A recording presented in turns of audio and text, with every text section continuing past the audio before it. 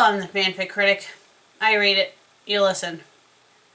You've read the title of today's entry. The Day of the Barney. I took the proper measures for preparation. Yeah. I'm not sure if I'm going to read the entirety. I think I'll just read halfway because I believe the trilogy as a whole is a little too long. So I will probably only read the first two parts of the trilogy, which is the first part, which isn't that long, and the second part, which is pretty long. So let's not waste any time. This is on www.dg.jihad.net, so it's not on fanfiction. We'll read the summary and then we'll get started. Wish me luck. It involves Barney. Summary. Brian's Bold Day of the Barney trilogy, edited by Firewing. This is a work of fiction. I kind of figured that. All actions and people described herein are a product of the author's imagination, except for Barney and Baby Bop. Sadly, she used to be my favorite character, believe it or not. Hey, I was a kid once too, you can't blame me. Who are characters of a children's television program. Is that show even still on? It probably is. References to real people outside of the all above listed characters are purely coincidental. This is Firewing's edit/repost of the Day of Barney trilogy, one of 2 repost editions known to the author. This edition has been checked and corrected, no story text deleted, by Firewing the Griffin, his email address, which I'm not going to repeat because it's pointless, and was originally posted to the Usenet newsgroup alt.sex.bestiality.barney. This edition may be redistributed freely as is. Let's not waste any time, but let's take one drink before we get started because this involves Barney.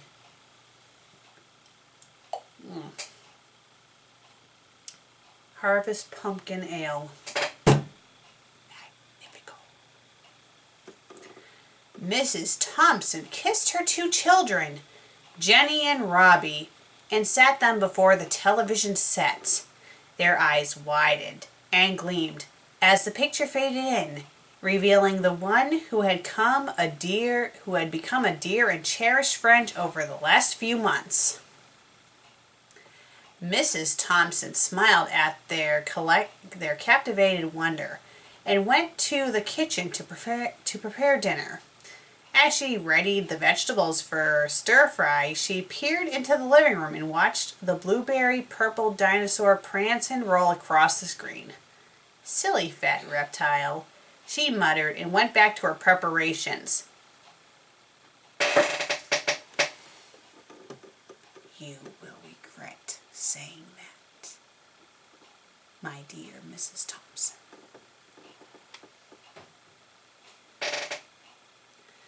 If Jenny and Robbie were annoyed by her remark, they made no sign of it. Instead, they listened and watched in rapt attention to Barney the dinosaur, who was beginning broadcast live from the nation's capital. The plaza was filled with thousands of wide-eyed youths who wriggled and squirmed for a closer look at the purple one. Is that what they're calling him now, the purple one? Jiminy cricket. Off to the wings, the green dinosaur known as Baby Bop giggled and preened, occasionally blowing a kiss to the children in the crowd. Finally, following a light song and dance about sharing, Barney sauntered up to the podium and spoke. "Hello, all my friends out there. I'm so happy you could make it to my special concert. Have I told you lately how much I love you?" Shut up! children worldwide simultaneously burst, "We love you too, Barney!" The purple one giggled for a moment, appeared to blush. I think you need a comma there. Love is such a wonderful thing, especially the love you and I share for each other. I also want to know how much of a special friend you are to me. Are you my friend also? Bad touch! Bad touch! It's been years since I've watched it, so shut up! Don't mind my landlord. What? You guys are aware that I had another person living here aside from Susan, right? No? Well, whatever. Now you know. It's my sister. You'll never see her on screen. Let's continue. Protests and cries. Oh, wait. Hold on. Sorry. The response was thunderous, rising from the kids in the plaza, across the living room, scattered across the nation. Yes! Well, that's wonderful, Reeled Barney. but do you know what kids? I have something really, really sad to tell you. He sighed, letting his immense dead eyes roll to the floor. Not everyone is Barney's friend. Some people don't want you to be my friend. Protests and cries began to rise collectively within the enhanced mass. The beast of purple quieted them with a raised hand. He continued. There are people who don't want me to love you and want to take you away from me. These people are very bad and want to hurt your loving friend Barney. Some of them may be people who are very close to you, but do you know what? The audience of children silently yet anxiously awaited the answer. An unholy stillness had fallen upon the crowd. Many of the adults began to feel isolated, targeted, unwelcome. None of them, not a single one, loves you as much as I do. I am your only real friend in this world. I really love you, I do. But these bad people don't. Some of them may be your neighbors. Some of them may be your teachers. And some of them... Yes, I know, I'm fucking up the voice. If you have a problem with it, you can go fuck yourselves. Who, Barney? Who? Shrieked a young girl from the barricade. Some of them may be... Okay, what type of fucking typo was that?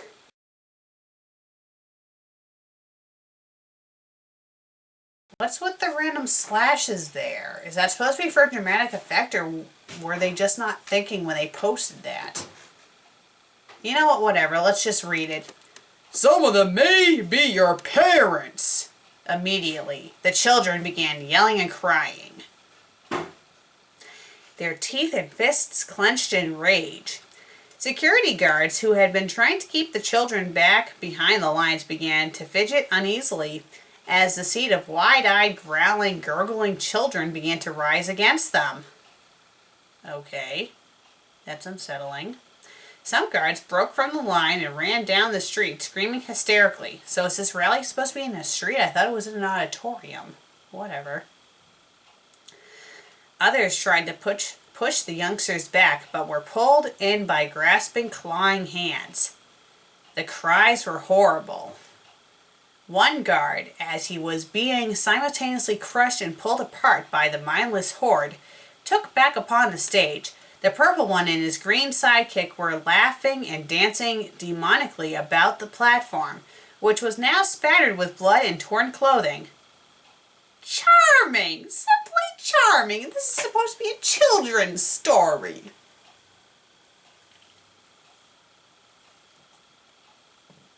Don't get me wrong. I don't really like Barney, but it's still a children's story nonetheless. And I know that Barney versus Pokemon was supposed to be a parody of the show as well, but that still kind of disturbed me. Let's continue. Next moment, the world went dark, and the guard was lost forever amidst the torrent of violence and unholy chanting. I love you, you love me, Let me have your family. With a quick stab or kick will set the children free. Don't you know you were meant for me? Let that following quote haunt your nightmares forever. Now you feel my pain. Mrs. Thompson finished washing the vegetables and figured either Jenny or Robbie could take out the trash. She walked out into the living room only to notice the children were gone and the TV station was now a dull, whining tone and a test pattern. What a promising sign. Jenny? Robbie? Are you here anywhere? Perhaps they've gone outside, she thought. Wow, she definitely wins parenting of the year, not being able to keep an eye on her own kids. Jiminy Cricket. A goldfish has a better attention span than she does. She returned to the kitchen and looked upon the counter. Her tinsel steel paring and slicing knives were gone. Oh, that's promising. But they were there just a moment ago, she thought. If I was you, lady, I would run right about now. Then, just as a flash of steel slashed across her legs and another just above her waist, she heard a muffled giggle and caught a glimpse of purple and green out of the corner of her eye. Say hello to your nightmares, parents. She collapsed into a pile of her own entrails and blood, her life seeping into the tile. As the world faded into a lifeless gray, she heard a familiar tune sung by two familiar voices. I love you, you love me. Let us join with Lord Barney with a great big kiss and hug from me to you. Let's purge the world of adults too. Oh my God, this is so fucking, oh my God! This is a story about killing adults! Oh wait, I'm an adult too. That means I'm gonna die! Oh wait, I made a promise to Susan, so I'm not gonna do that, not yet. Let's see how far this fanfic drives me. Mrs. Thompson stopped breathing. He's not a silly fat reptile. Oh my God, predictable line was predictable there. Okay, that was all of part 1. It looks like I have enough time to read all of part 2. I can't guarantee I can get finished with part 3 though. So part 3 will be read in another part. Hopefully a part where I will be sober. So have patience. And be thankful I'm reading this in its entirety, because normally I wouldn't do that. So let's begin. Day of the Barney 2. Aftermath. Chapter 1. 13. Jeremy Phillips awoke to the sound of rumbling thunder, and for a moment reeled in fright. The sky above was a turbulent black mass, occasionally lit by a silver flash of lightning. His fear quickly abated when he remembered his Barney doll lying beside his pillow. He firmly tucked it under his chin, rolled back under his dingy green blanket, and slept on the cave floor with several hundred other children in the cave. As he snuggled close to his purple plush companion, he began to think back to how he became known to Barney. It all began so many years ago, in a time completely unlike the one he lived in now. He remembered the television show, the feature-length movies and videos, the merchandise, and the ever-assuring presence of the best friend a kid could ever hope for. Most of this happened before the great act of love. You know, if the great act of love involved a lot of killing, that's not exactly love. That is hatred! But I digress. Let's continue. The great act of love was defined by some as a cataclysm, though these were the skeptics. Jeremy had actually heard an adult called it a Holocaust, though he never understood what the word actually meant. All he remembered was one weekend afternoon and a call to duty that raised the voices and arms of thousands of children to purge the world of a menace that threatened the peace and love between Barney and the children. They killed every adult they could find that day. Wow, for a show that supposedly promotes love, they sure are doing a very bad job of it.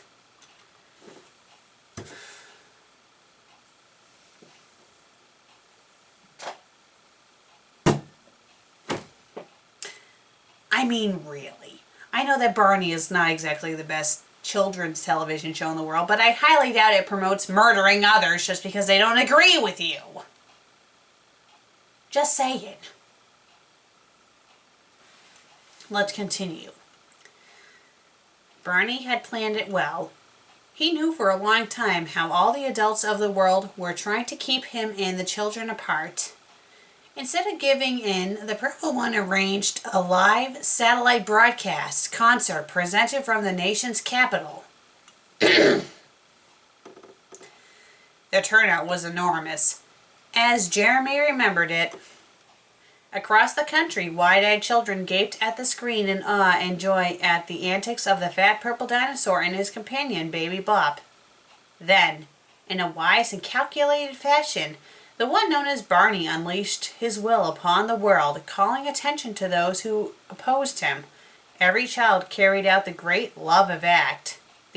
act of love, I stand corrected, as it would be soon called, without hesitation or remorse. How is it a great act of love if you're killing people? That's not love, that's hatred. I mean, logic, people. The night turned blood red, broken by the screams of adults. By dawn, however, a blissful serenity had settled upon the carnage. I'm sorry, but a lot of children aren't even aware of stuff like death and stuff like that. Would they even be able to comprehend? I digress. Let's continue.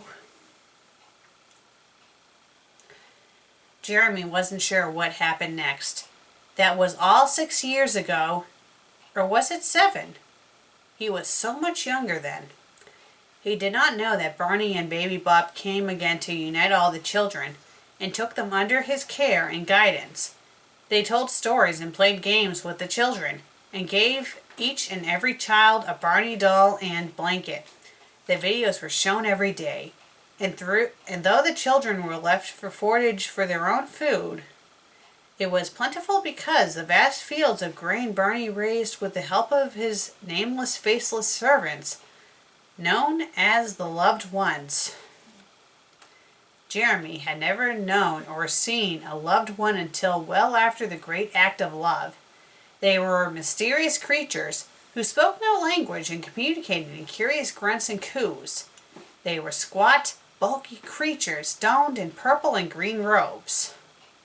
They frequented the caverns and tunnels that laced the language. Jeremy often saw them scampering about with their wooden torches, often carrying odd bundles up to the lair of Barney and Baby Bop. They weren't as loving or caring as Barney. As a matter of fact, they practically avoided all the interaction with the children. I'm beginning to wonder if they could possibly be adults who have been brainwashed. Or possibly older children who are either children or adult. Probably teenagers, I would imagine.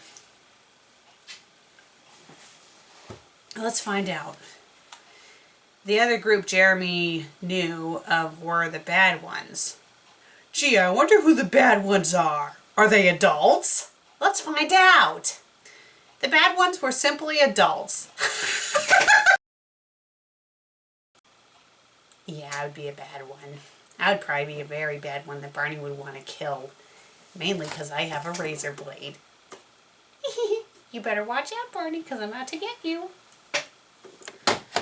Who had survived the initial slaughter stemming from the great act of love. I'm sorry, but killing people is not a great act of love. It's a great act of being suicidal and creepy and stupid and genocidal. Oh, whatever, it's Barney. Anything is love in his book.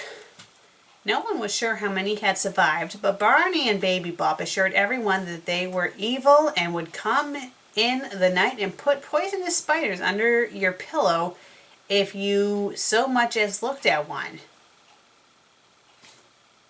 Barney frightened the children immensely, and Jeremy hoped to God, Barney, that he never met any. Well, if you had a parent, that would be the bad one, and apparently you met them, and most people know that your parents are not bad. Most of them are not bad. Ay, ay, ay. But despite all the talk of loved ones and bad ones, Jeremy cared most for his group, known as the Special Friends. The Special Friends was an inclusive group for any young child who would be a special friend. Barney had deemed this early on, and it was a title every child of the Caverns carried with true pride. Jeremy was especially proud of this evening. This was the last day he would be 12 years old. Tomorrow he would be 13. Actually, so would his twin sister, Fran, and his best friend since second grade, Cameron. This was well known as it was a very special day indeed when a special friend turned 13. The three of them were to see Barney tomorrow night for a special gift. What would it be? No one knew. I guess it involves death. We'll see. No one ever came back to tell anyone else. Oh, well, that's really reassuring now, isn't it?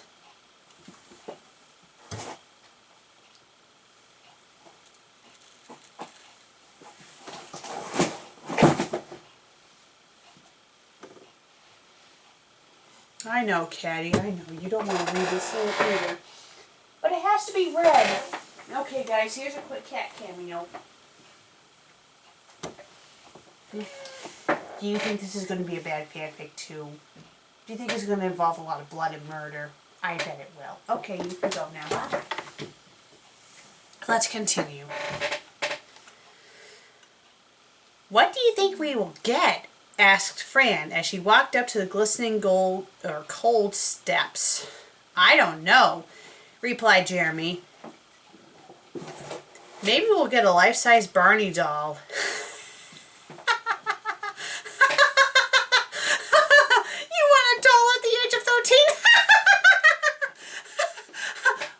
I remember what I wanted at the age of 13. I don't know, but it wasn't a doll! Let's continue. No, it's got to be better than that, said Cameron. Like a Game Boy? Or a Game Boy Advance? Adjusting his thick glasses and lanky red hair. If no one comes back, it means maybe we're going on a vacation. Maybe to Hawaii or China. Or maybe heaven or hell, depending on how nice or naughty you are. The three of them hoped that the loved one clambering ahead of them would say something, but it simply gurgled and kept climbing up the crude rock stairwell. It clutched to its torch with a thick, leathery glove. I'll bet it's a vacation, squealed Fran, the excitement rising in her voice.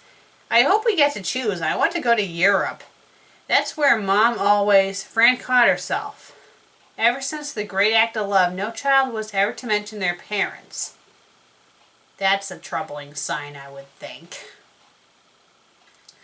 While it made Fran sad, she wouldn't want to hurt Barney's feelings. Hurt his feelings? He made you murder your own parents. What feelings does he have? He simply loved her just as much as her mom and dad ever did. Oh yes, so much in fact that he made her murder her own parents. And if he didn't make her murder her parents, he probably murdered them himself. Now, if that was me, that's not very loving at all. I know kids can think that parents can be kind of mean and stuff, but you know, parents are looking out for you for the most part. You know, they can be harsh, but you need to love them. I mean, really. So what if they tell you to clean your room? Clean it! So what if they tell you to beware of certain creepy people, beware of them. Because most of the time, their instincts are right. Not all the time, I may add, but sometimes they are. That doesn't mean you have to go around killing them. My God. You would think I would like this story because I hate Barney, but I don't know. This story... Ugh, let's just continue. Even more, he said. Oh, bullshit. The three children walked excitedly among themselves as they climbed the immense stairwell. Finally, they came upon a landing which opened out to a great open plain. Jeremy was the first to notice the bizarre sight ahead. He let out a short gasp, which drew the attention of Fran and Cameron. Across the wide plain stood an ornate building, many stories high and shrouded in a thick ivy. It was apparent that this building was once white, but had been sloppily repainted in varying shades of purple and green. Geez, I wonder if that's supposed to represent Barney and Baby Bop. Great flocks of birds flew amidst the rubble, and scores of automobiles littered the landscape, rustling and shattered. Cameron was the first to identify the structure. It was the nation's capital. The loved one sensed the children's awe and squealed at them. The children followed, their gaze still locked on the grotesquely painted building. When they got to what was formerly the White House, they again reeled in amazement. The whole structure was painted in the same fashion as the Capitol. The steps flanked by torches and statues of Barney. Oh my God. Just the mere image of it makes me want to puke. I would show you guys an image, but I don't want to make you puke because of it, so let's continue. The children entered the building, and the huge armored door swung shut behind them. Well, if that's not foreshadowing, I don't know what is! Hello, my friends!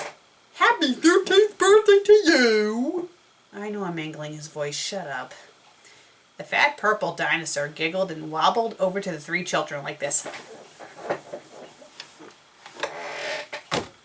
He gave each one a warm, enveloping hug. The children reacted joyfully and cried, "We love you, Barney!" And I love you too. I'm so happy to be with my special friends, especially on such an important day. Let's sing a song. Does all this guy ever does is sing.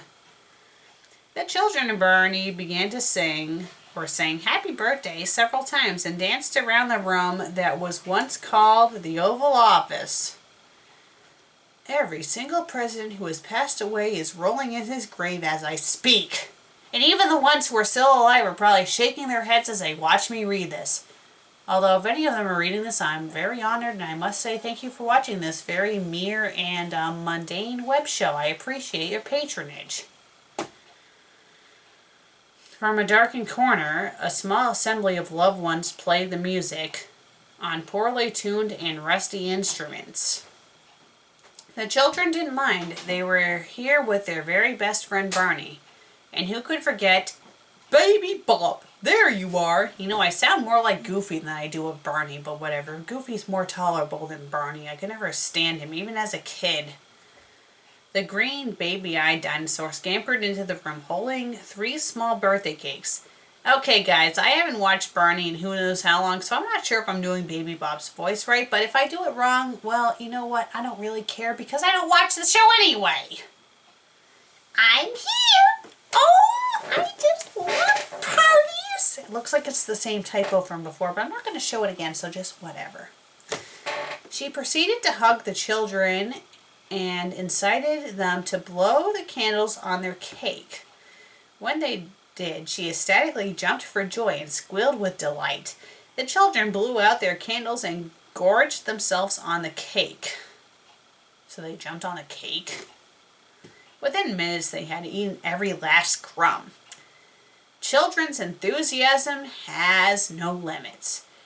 It came to no one's surprise when the children asked for their special gift. I don't think I want to know what this special gift is. Barney and Baby Bop both laughed warm-heartedly. What a promising sign. But of course you'll get your special gift. How could we forget that? Said Barney, folding his arm over his immense abdomen. Baby Bop, how about taking Fran to see her surprise? Gladly, squealed Baby Bop. Come with me, friend. You're just gonna love this one. It's every young girl's dream come true. If every young girl's dream involves getting killed, I highly Doubt that. I just don't sense anything good from this. I honestly don't. I just don't. Maybe I have a sixth sense after all the fanfics I've read involving kids shows, where the kids shows are supposed to be all nice and flowery, and then you read the fanfics and they're all gruesome. And with that, she took Fran by the hand and led her hurriedly out of the room. Fran could barely get a chance to look back at the two boys and wave goodbye. The next moment, she and the bubbly green dinosaur were gone. The two boys were puzzled but excited. Barney, you mean Fran gets a different special gift than us boys? Asked Jeremy. Why, yes, she does, Jeremy. But don't worry, your gift is just as special. All I want to do right now is hold very still. Oh yes, that's also promising. I don't know. I don't sense anything good from this. The next moment, Barney took a thick slab of charcoal and wrote 13 on the boys' foreheads. Oh yes, that's really promising. He then nodded to the loved ones in the corner and they left the room with their instruments. That's also very promising.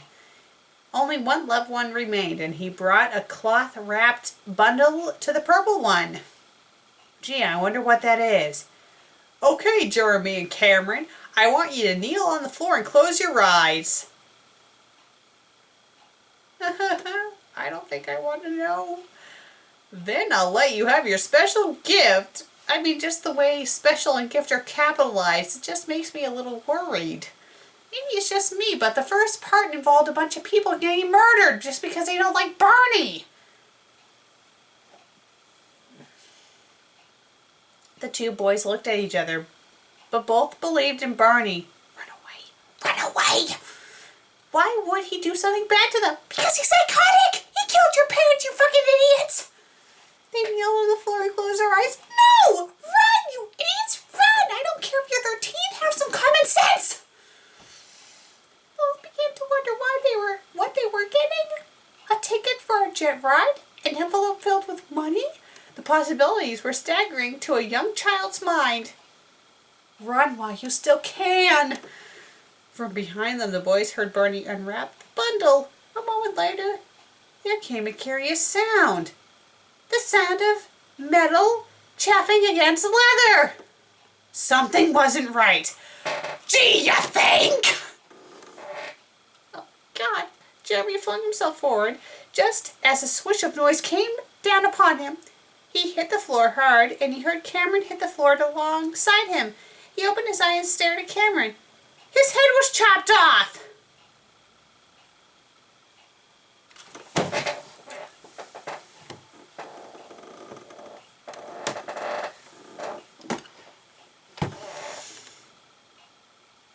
His head was chopped off. Oh my God.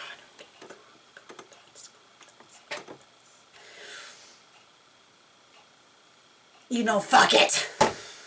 One more swing.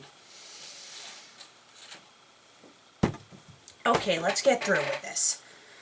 Jeremy screamed in terror, and in his fright rose to his feet and ran straight into a wall. He hit tremendous force and felt the wind knocked out of him. He fell back on the floor and stared into the severed head of his best friend since second grade. He screamed again and looked up at Barney, wielding an immense blood-stained machete. My God! The fat, squalid reptile looked back with a puzzled look. Why, Jeremy, you weren't supposed to peek. When you play a game, you should always play by the rules. Rules what makes the game work. Barney giggled and motioned with his arm. Now come back here and close your eyes. It'll be fun. Oh yes, I'm very sure decapitation is a lot of fun. You can ask anyone who got decapitated during the French Revolution. I mean, really?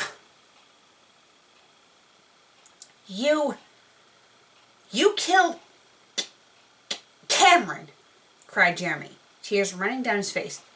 You gonna kill me too. Why, Jeremy? Why would I do that? Oh, gee, I don't know, because you decapitated his friend. I mean, you're gonna really play stupid with that? Is a kid really this stupid? I pray to God he's not that stupid. Please tell me he has a common sense and he'll run from this. Cameron's not dead. He's just playing a pretend game. If you had played the game right as he had, you'd be having fun pretending like he is. Oh yes, like everyone pretends they could be decapitated. That's just so much fun. Feeling the fear, feeling your head being severed from your body, the last moments you feel as you see your head being picked up by your killer. Oh yes, that's a lot of fun. A smile trickled of blood flowed from his nose. A small trickle of blood flowed from his nose, and his thick glasses were shattered. Smeared around the dead boy's mouth was pink frosting. Sensing Jeremy's fear, the purple one returned the machete to its sheath and gave it back to the loved one. There, Jeremy, I've put the scary knife away. I'm sorry I scared you. I'm sure Cameron is sorry too. Now come back here. I'm not going to hurt you, Jeremy. You don't know how much I love you? I love you too, Barney. Oh my God, please don't tell me the boy is this idiotic, muttered Jeremy, his eyes still locked upon the battered head on the floor. He slowly rose up and began to walk towards the bloated dinosaur. No! Run away! Run away from the scary, psychotic dinosaur! Come on, you saw what he did to your friend. Don't fall for that. Please don't fall for that. There, Jeremy. We'll still have fun, said Barney in a motherly tone. Oh my God, please no. He extended his chubby arms towards the child. I'm not going to hurt you. I'm not going to hurt you. No. Run away from the psychotic.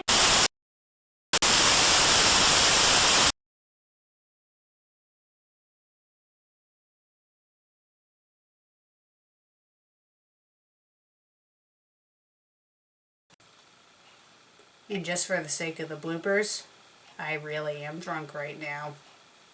Behold, the first episode of FanFic Critic, filmed while drunk. Enjoy it.